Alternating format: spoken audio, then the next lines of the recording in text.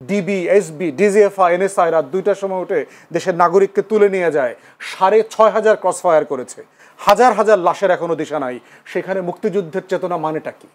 মুক্তিযুদ্ধের চেতনা মানে হচ্ছে আমার রাষ্ট্রটা সবার হবে। এই মুক্তিযুদ্ধের চেতনা মানে কি $234 বিলিয়ন বিদেশে পাচার করা?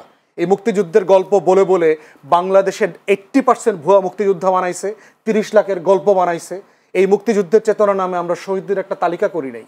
6,757 জন শহীদ মুক্তিযোদ্ধা ভাতা নেয়। তাহলে শহীদের 30 লাখের গল্প কতজন আসছে? বীরঙ্গনা 504 জনের তালিকা আছে মুক্তিযুদ্ধ মন্ত্রণালয়ে। আপনি 2 লাখ বীরঙ্গনার গল্প বলেন কেন? মিথ্যাচার দিয়ে কি রাষ্ট্রাচার হয়? রাষ্ট্র তৈরি হয়?